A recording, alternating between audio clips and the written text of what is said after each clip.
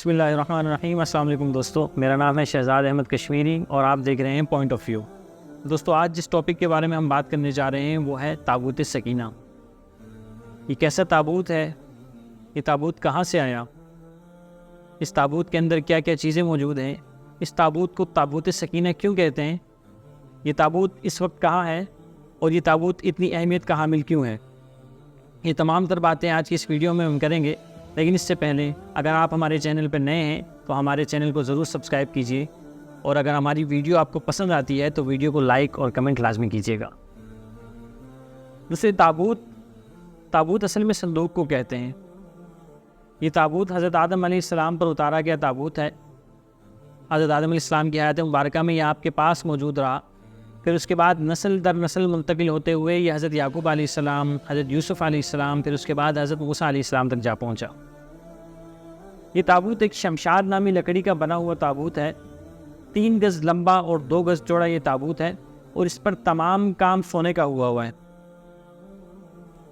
اس تابوت کو تابوت سکینہ اس لیے بھی کہتے ہیں کہ اس کو قرآن مجید میں اللہ تعالیٰ نے بنی اسرائیل کو مخاطب کر کے کہا کہ یہ تابوت تمہارے لیے تسکین کا باعث ہے، لہٰذا اس کے بعد اس تابوت کا نام تابوت سکینہ مشہور ہو گیا۔ اس تابوت کے اندر کیا کیا چیزیں موجود ہیں؟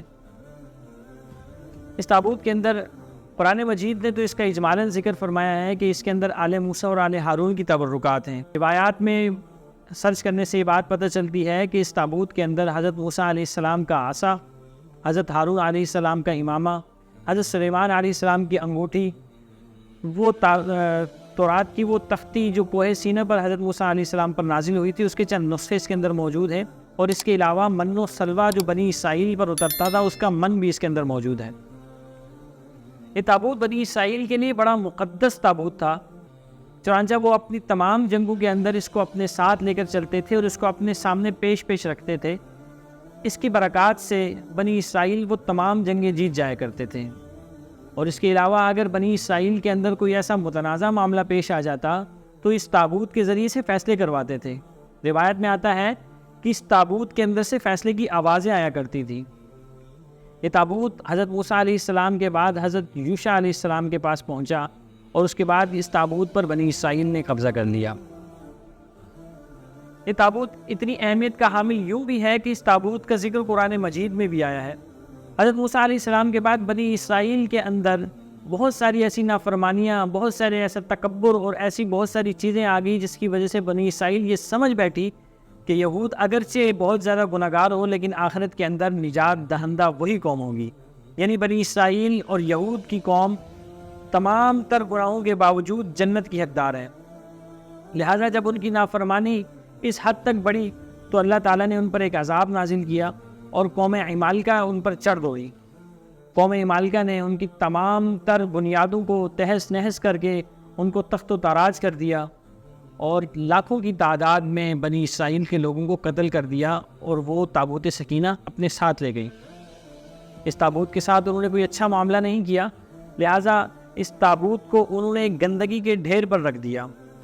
یہ تابوت چونکہ مقدس تابوت تھا، اس تابوت کی بے ادبی کی وجہ سے قوم عمالقہ پر ایسا عذاب آیا کہ اس کے اندر طاعون کا مرض پھیل گیا، جس کی وجہ سے ان کے 5 شہر ویران ہو گئے۔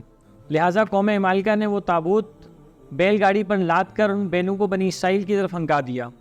یہ وہی دور تھا جب حضرت شمویل علیہ السلام نے طالوت کو بنی اسرائیل کا بادشاہ مقرر کیا، اور قرآن مجید میں طالوت کی بادشاہت کی نشانی ایک یہ بھی مقرر کی گئی کہ یہ وہ تابوت کہ اس کی بادشاہت کی نشانی یہ ہے کہ وہ تمہارا کھویا ہوا تابوت تمہیں دوبارہ مل جائے گا۔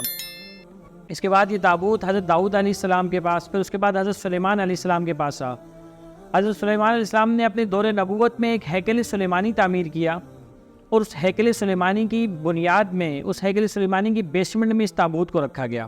پھر وقت آیا کہ بخت نصر ظالم بادشاہ نے دوبارہ بنی اسرائیل پر چڑھائی کر دی اور تمام ہیکل سلیمانی کو نیست و نابود کر دیا، اور وہ تابوت اسی ہیکل سلیمانی کے اندر دب گیا۔ اس کے بعد آج تک یہ بات معلوم نہیں ہو سکی کہ یہ تابوت سکینہ اس کے بعد کہاں ہے۔ اگر ہم اس تابوت کو احادیث مبارکہ کی روشنی میں تلاش کرنا چاہیں تو روایت میں یہ بات ملتی ہے کہ حضرت امام مہدی کا جب ظہور ہوگا تو اس تابوت کو طبیہ کی ایک جھیل سے نکالیں گے۔ ایک اور روایت کے مطابق اس تابوت کو حضرت امام مہدی ترکی کے شہر انطاکیہ سے ڈھونڈ کر نکالیں گے اور تمام دنیا پر اسلام کا بول بالا کریں گے۔ جبکہ یہودیوں کا یہ ماننا ہے کہ اس وقت موجودہ جو مسجد اقصیٰ ہے اس کے زیر زمین یہ تابوت آج بھی دفن ہے جس جگہ ہیکل سلیمانی تعمیر تھا۔ یہودی یہ سمجھتے ہیں کہ جس جگہ پہ آج یہ مسجد اقصیٰ تعمیر ہے اسی جگہ ہیکل سلیمانی تعمیر تھا، اور بخت نصر نے جب چڑھائی کی تھی اور ہیکل سلیمانی کو نیست و نابود کیا تھا تو وہ تابوت اسی زمین کے اندر دب گیا تھا۔ چنانچہ اسی کے پیش نظر آج یہودیوں نے مسجد اقصیٰ کی بنیادوں کو کھوکھلا کر دیا ہے، اور سرنگوں کے ذریعے سے وہ مسجد اقصیٰ کی بنیاد تک جانے کی کوشش کر رہے ہیں، اور وہ یہ سمجھتے ہیں کہ مسجد اقصیٰ کے نیچے ان کا وہ کھویا ہوا تابوت ہے جو وہ اگر دوبارہ پا لیں گے تو وہ اسی طرح پوری دنیا پر حکومت کر سکیں گے جس طرح بنی اسرائیل کسی زمانے میں پوری دنیا پر حکومت کرتی تھی۔ اب یہ تابوت سکینہ یہ وہ تابوت ہے کہ جس کے ذریعے سے بنی اسرائیل یہ چاہتی ہے کہ وہ تابوت پا کر پوری دنیا پر دوبارہ حکومت کر لیں۔ جب ہیکل سلیمانی کو نیست و نابود کر دیا گیا تھا تو اس کی ایک دیوار بچ گئی تھی جس دیوار کو آج دیوار گریہ کے نام سے جانا جاتا ہے۔ یہودیوں کا یہ عقیدہ بھی ہے کہ یہ وہی دیوار ہے کہ جہاں سے ان کا مسیحا دجال ظہور پذیر ہوگا اور تابوت سکینہ کو نکال کر پوری دنیا پر یہودیت کا راج کر دے گا۔ اس سے یہ بات واضح ہو جاتی ہے کہ یہ تابوت مسلمانوں اور یہودیوں دونوں کے لیے کتنی اہمیت کا باعث ہے۔ اور ساتھ ایک اور بات اجاگر یہ ہوتی ہے کہ یہودی ان تمام چیزوں کو اپنا مذہبی فریضہ سمجھتے ہوئے سر توڑ کوششیں کر رہے ہیں اور آنے والے مستقبل کے تمام خدشات سے لڑنے کے لیے تیار ہیں۔ اس کی ایک مثال یہ بھی ہے کہ مقام لط پر اس وقت وہ تمام غرقت کے درخت لگائے جا رہے ہیں جس کی پیشن گوئی حضور صلی اللہ علیہ وسلم نے اس سے پہلے فرما دی تھی، لیکن آج کا مسلمان ان تمام چیزوں سے اتنا ناواقف ہے اور اپنے تمام ذاتی معاملات کے اندر اتنا الجھا ہوا ہے کہ اسے اپنے دین کی بنیادی معلومات بھی نہیں ہے اور نہ اس میں وہ انٹرسٹ لے رہا ہے۔ ضرورت اس امر کی ہے کہ ہم ان تمام چیزوں کے بارے میں معلومات حاصل کریں، اور معلومات حاصل کرنے کے بعد بحیثیت مسلمان ان تمام چیزوں کے لیے یکجا اور تیار ہو جائیں۔